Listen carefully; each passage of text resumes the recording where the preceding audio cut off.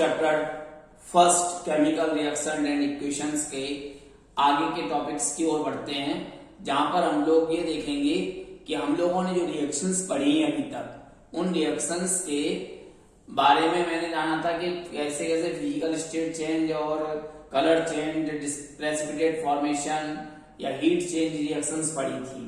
अब हम लोग नेक्स्ट वीडियो में देख रहे हैं टाइप्स ऑफ केमिकल रिएक्शन। लेकिन उससे पहले हम कुछ आपको एग्जाम्पल और ओरल बताएंगे।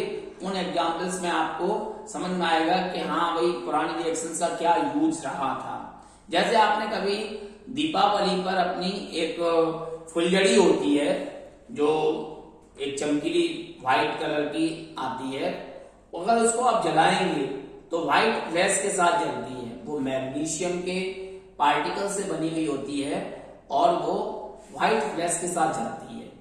तो हम लोगों को वो हीट एवोल्यूशन का भी एग्जाम्पल दे रही है, साथ में उसमें कलर चेंजिंग भी दिखाई पड़ रहा है, और साथ साथ हम लोग ये भी देख पा रहे हैं कि अगर केमिकल रिएक्शन को, यानी उसी के केमिकल रिएक्शन को एक हम फुलझड़ी को रखा छोड़ दें बाहर ओपनली, तो कुछ दिन तक बाहर रखे रहने के बाद उसके ऊपर कुछ ऑक्साइड की लेयर जम जाएगी। अगर आप उसे बर्न करना चाहेंगे तो आप बर्न नहीं कर पाएंगे। तो आपकी एनसीईआरटी क्वेश्चन है कि why the magnesium ribbon burn, why we rub the magnesium ribbon before burning. तो जलाने से पहले हम मैग्नीशियम रिबन को रगड़ के साफ क्यों करते हैं? ये कारण है कि उसके ऊपर कोई ऑक्साइड की लेयर, क्लाइमेटिक इम्प्योरिटीज की लेयर जम सकती है। तो ये तुम्हारा ये कुछ प्रिकॉशन भी होते हैं रिएक्टेंट को यूज करने से पहले, जिन्हें हम इस्तेमाल करने वाले होते हैं। अब हम लोग पढ़ेंगे टाइप्स ऑफ केमिकल रिएक्शंस। तो टाइप्स ऑफ केमिकल रिएक्शन में कॉम्बिनेशन रिएक्शन और डिकम्पोजिशन रिएक्शन, डिस्प्लेसमेंट रिएक्शन और डबल डिस्प्लेसमेंट रिएक्शन, ये 4 तरह की रिएक्शन पढ़ने वाले हैं।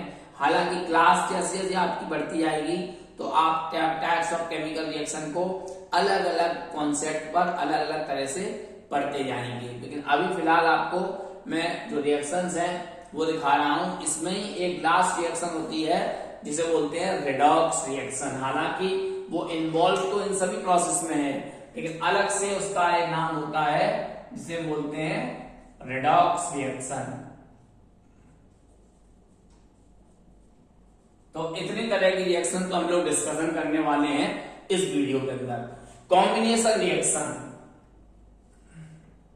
जैसा नाम है कॉम्बिनेशन मतलब when two or more substance combine together to form a single product.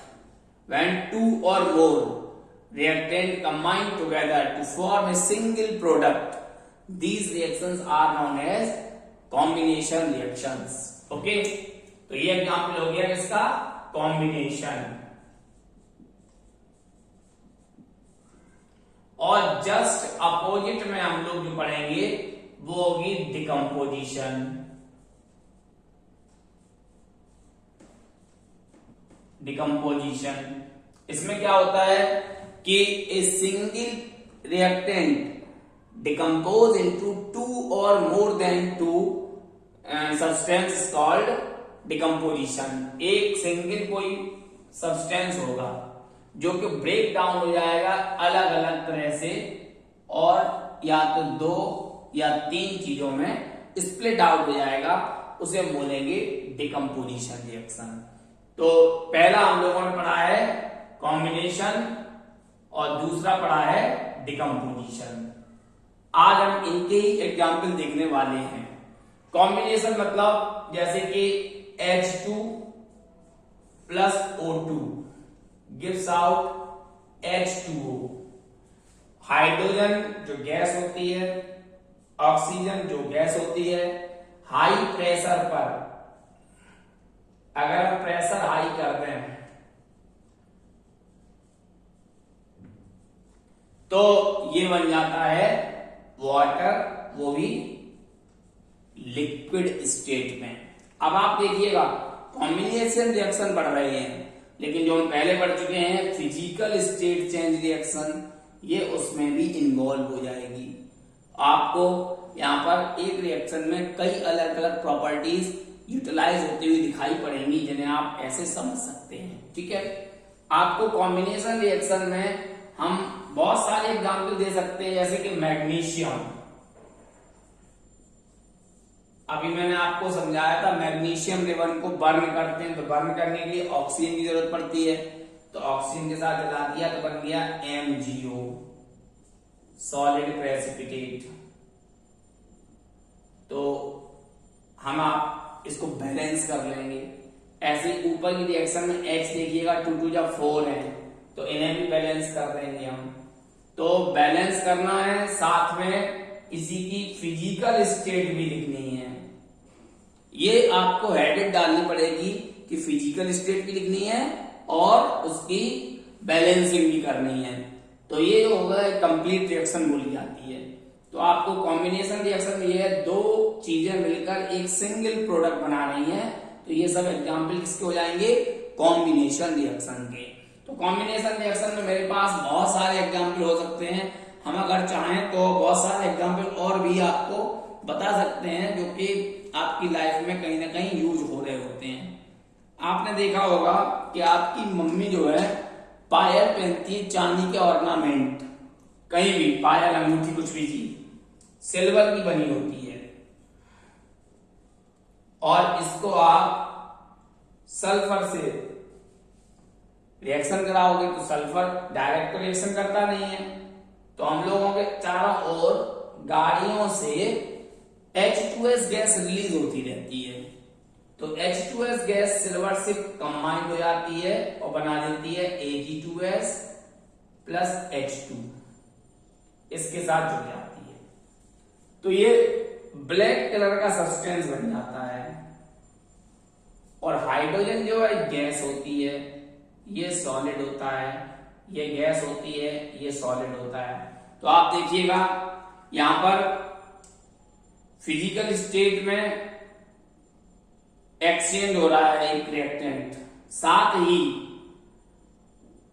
Colour changing का भी एग्जाम्पल है, कलर भी चेंज हो रहा है। तो इस तरह से आपका Ag2S प्लस H2 निकलता है, लेकिन इसमें सिंगल की जगह दो प्रोडक्ट बन रहे हैं। लेकिन ऐसी रिएक्शन भी कॉम्बिनेशन के अंदर आती हैं। लेकिन अगर मैं आपको मान लो रिएक्शन करा देता हूं डायरेक्ट इसी की, क्या नाम है, मेटल्स की ही रिएक्शन करा देता हूं, जैसे कि हॉट सल्फर के साथ करा दूं आयरन की रिएक्शन, आयरन की रिएक्शन हॉट सल्फर से करा दूं। दरअसल क्या है, सिल्वर जो है थोड़ा लेस रिएक्टिव मेटल्स में आता है, इसलिए सल्फर इससे डायरेक्ट कॉम्बिनेशन नहीं कर पाता है। इसलिए मैंने दो एग्जाम्पल दिए हैं। आपके मन में क्वेश्चन उठेगा यहाँ क्यों नहीं सल्फर लिया? तो सल्फर जो है रिएक्टिव नॉन मेटल है, लेकिन ये जो है सिल्वर जो लेस रिएक्टिव मेटल है, ऑर्डिनरी कंडीशन में जल्दी रिएक्शन नहीं करती है, इसलिए सल्फर जो हाइड्रोजन सल्फाइड है वो गैस जो होती है, इसमें कुछ एनर्जी होती है, इसकी वजह से ये तो कंबाइन हो जाएगा। लेकिन सल्फर में कोई एनर्जी बहुत कमी होती है, होती नहीं एक तरह से, तो वो इसके साथ कंबाइन नहीं होगा। लेकिन ये आयरन के साथ कंबाइन हो सकता है ऑर्डिनरी कंडीशन ऑफ टेम्परेचर। ठीक है, तो यहां बन जाएगा FeS इस तरह से। तो ये भी तुम्हारा एक कॉम्बिनेशन रिएक्शन का एग्जाम्पल है, साथ में इसके साथ ये एक्सेप्शनली दिखा भी रहा है। तो हम बहुत सारे रिएक्शन कर सकते हैं, चाहे सॉलिड को सॉलिड से जोड़कर, सॉलिड को लिक्विड के से जोड़कर, गैस को सॉलिड से जोड़कर कोई भी रिएक्शन कर सकते हो। जैसे सोडियम आपने सुना होगा, क्लोरीन गैस पास करा दीजिएगा, NaCl बन जाएगा। बैलेंस करने के लिए आप इस तरह से 2 लगा देंगे। तो सोडियम जो है सॉलिड है, ये गैस है, और एक प्रोडक्ट बना वो है सॉलिड, तो चेंज ऑफ स्टेट का एग्जाम्पल हो जाएगा, कॉम्बिनेशन रिएक्शन का एग्जाम्पल है। तो ऐसे हमारे पास सैकड़ों एग्जाम्पल हो सकते हैं जो हम दे सकते हैं आपको। तो ये है तुम्हारी कॉम्बिनेशन रिएक्शन। आपको कोई मन में कोई ऐसी एग्जाम्पल हो जो अगर न समझ में आए तो आप मुझसे पूछ सकते हैं। अब डिकम्पोजिशन जस्ट इसके रिवर्सिबल है। डिकम्पोजिशन का मतलब होता है कि एक रिएक्शन में कोई रिएक्टेंट सिंगल टूटकर 2 या 2 से ज्यादा रिएक्टेंट में प्रोडक्ट में कन्वर्ट हो जाए तो हम उसे बोलते हैं डिकम्पोजिशन रिएक्शन। अब ये अलग अलग तरह से हो सकती है। आपको रिएक्शन कराने के लिए अलग अलग तरह के रिएक्टेंट यूज करेंगे तो अलग अलग उसके रिजल्ट भी मिलेंगे। जैसे कि मैं एग्जांपल देता हूं H2O का।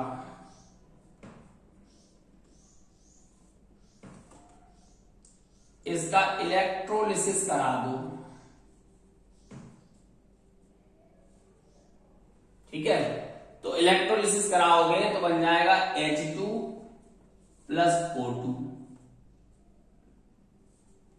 तो इस तरह के डिकम्पोजिशन को बोलते हैं इलेक्ट्रिकल डिकम्पोजिशन। इलेक्ट्रोलिसिस उसका कॉमन नेम है। इलेक्ट्रिकल डिकम्पोजिशन में करंट पास कराकर हम डिकम्पोज कराते हैं तो उसको इलेक्ट्रोलिसिस कहते हैं, ठीक है। तो ये एग्जाम्पल हो गया वाटर का डिकम्पोजिशन। इसके बाद आपको हम दूसरा दिखाते हैं, जैसे कि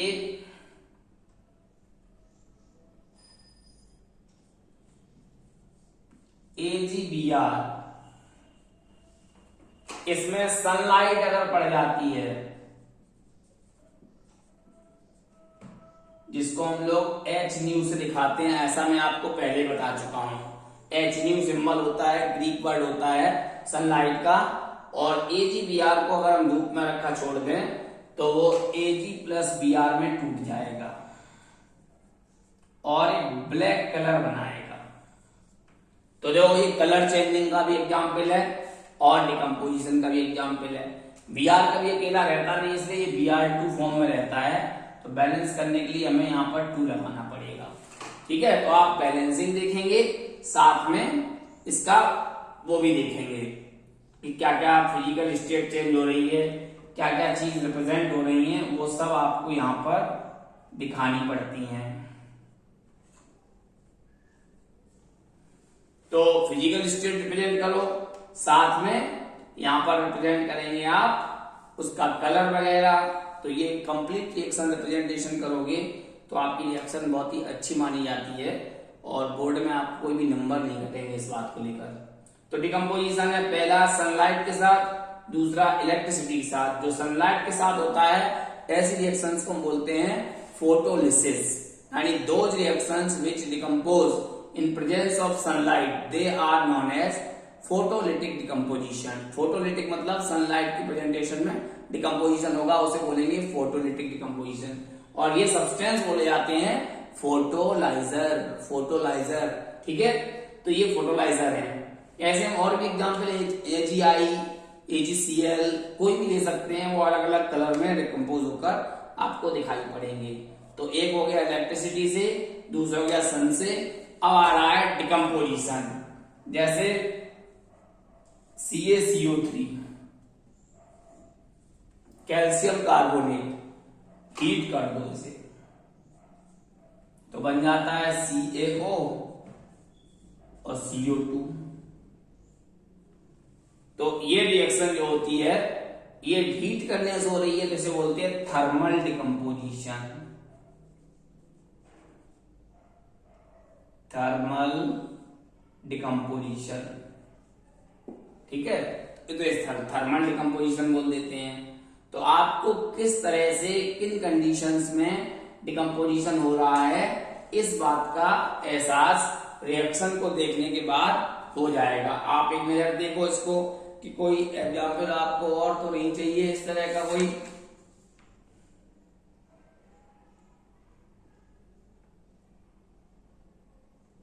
डिकम्पोजिशन में आपके पास बहुत सारे एग्जाम्पल हो सकते हैं।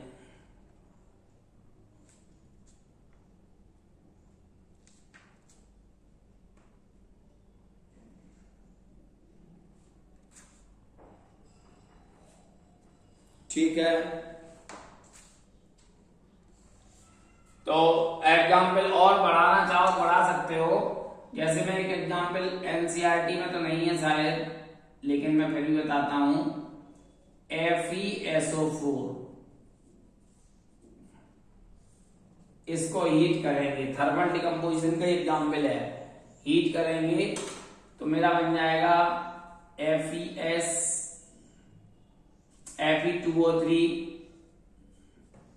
Plus SO2 plus SO3। कैसे बना ये मैं दिखा दूंगा। इनकी फिजिकल स्टेट हम लिख दे रहे हैं। कैसे बना देख लो, FeSO4 को हम ऐसे लिख दे रहे हैं तुम्हें समझाने के लिए।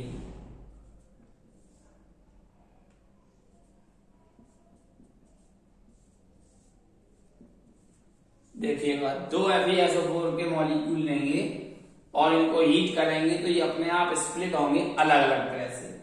तो एक SO2 निकल जाएगा, एक SO3 निकल जाएगा, और ये 3 ऑक्सीजन इस Fe से जुड़ जाएंगे तो बन जाएंगे Fe2O3। तो ये थर्मल डिकम्पोजिशन रिएक्शन है जहां पर हम इस तरह के रिएक्शन कर सकते हैं। तो ये मेरा दूसरा एग्जाम्पल था जिसको हम लोगों ने यहाँ देखा है। ठीक है, अब आपको मैं डिकम्पोजिशन रिएक्शन, डिस्प्लेसमेंट रिएक्शन के एग्जाम्पल बताऊंगा। डिकम्पोजिशन में और भी एग्जाम्पल हो सकते हैं, जो भी आपको कहीं मिले, कुछ ना समझ में आए तो व्हाट्सएप के थ्रू पूछ सकते हैं। ये मेरा नंबर है, आप इसका यूज कर सकते हैं। आपका डाउट आपके पास तुरंत ही आएगा कुछ मिनट के अंदर, इसलिए आप बिल्कुल अवेयर होकर पढ़िए और साथ साथ समझते जाइएगा। आपको पूरी चीजों को विद एग्जाम्पल अच्छे तरीके से आराम से मैं समझाता जाऊंगा और चैप्टर स्मूथली आपको खत्म होता हुआ दिखाई पड़ेगा। ओके, अब देखिएगा डिस्प्लेसमेंट।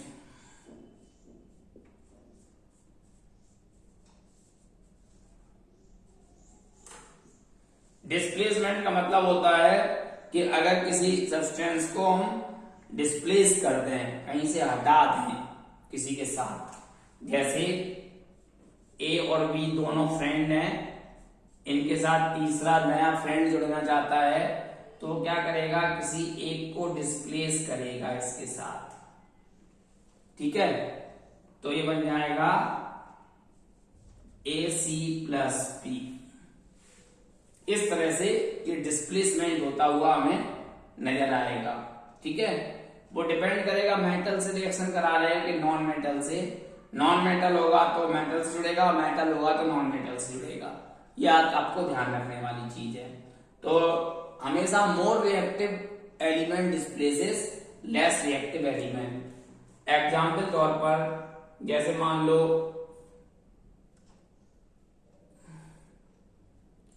HBr है, इसकी रिएक्शन हम Cl2 से करा देते हैं, तो रिएक्शन होने के बाद बन जाएगा HCl प्लस Br2।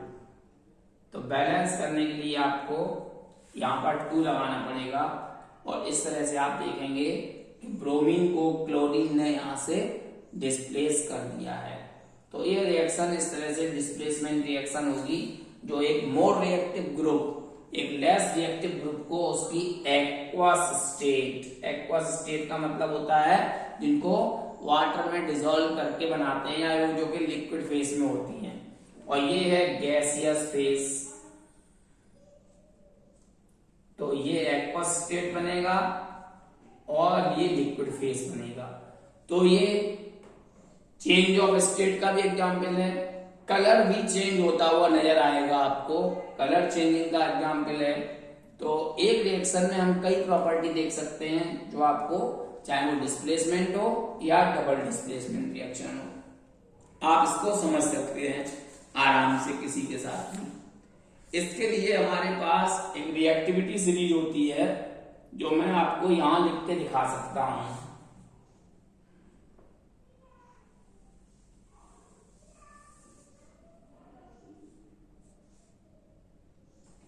इसका एक छोटा स्लोगन है, उसको भी आप समझते जाइएगा। पोटेशियम, सोडियम,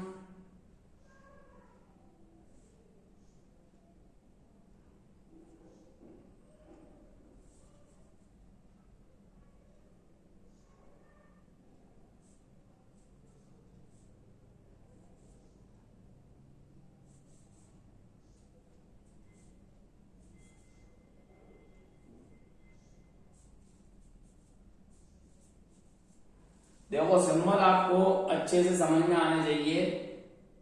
पहले सिंबल समझ लो आराम से कि कौन कौन से सिंबल का हमने इस्तेमाल किया है।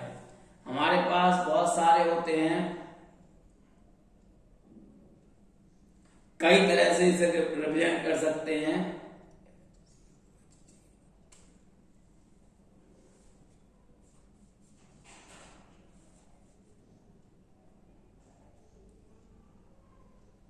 कौन आगे CUAGHG।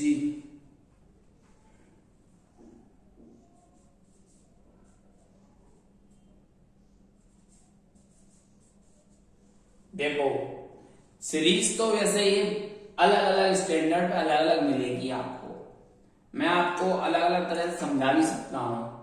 एक हम छोटी सीरीज है उसको बता दें आपको, केदारनाथ, केदार मतलब पोटेशियम, नाथ मतलब सोडियम, का माली, का कैल्शियम, माली Mg, आलू जरा फीके पकाता है।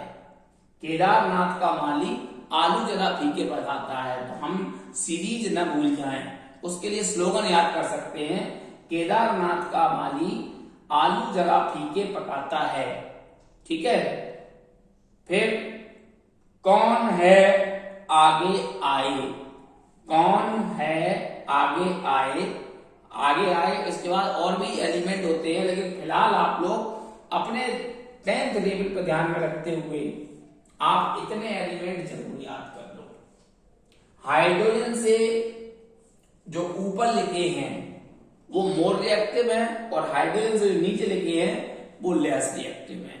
आपको स्लोगन याद रखना है, केदारनाथ का माली आलू जरा फीके पकाता है कौन आए आगे। इतना बात है, याद रखना है। इस सीरीज से जो एलिमेंट ऊपर वाला है वो नीचे वाले को डिस्प्लेस कर सकता है। देखिएगा कैसे, जैसे मैंने लिख दिया FeSO4 प्लस Zn, तो देखो Fe नीचे है, Zn ऊपर है, तो ये डिस्प्लेस करेगा, बन जाएगा ZnSO4 प्लस Fe। इस तरह से आप कोई भी रिएक्शन को आप अपने आप भी लिख सकते हो। मान लो हम इनका एग्जाम्पल कोई ले लें, जैसे मैंने ले लिया AgNO3 ले लिया और कॉपर से रिएक्शन करा रहा हूं।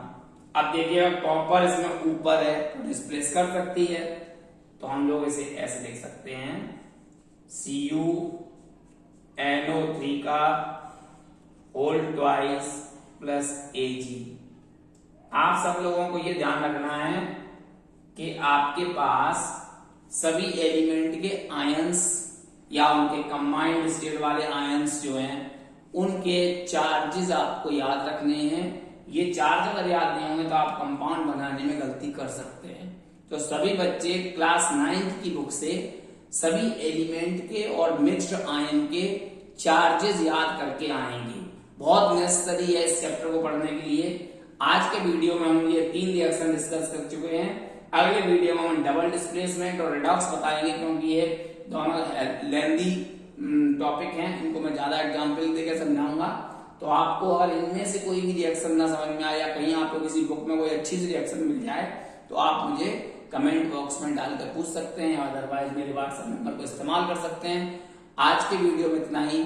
आगे की वीडियो में हम लोग आगे का टॉपिक डिस्कशन करेंगे। तब तक हैव अ नाइस डे।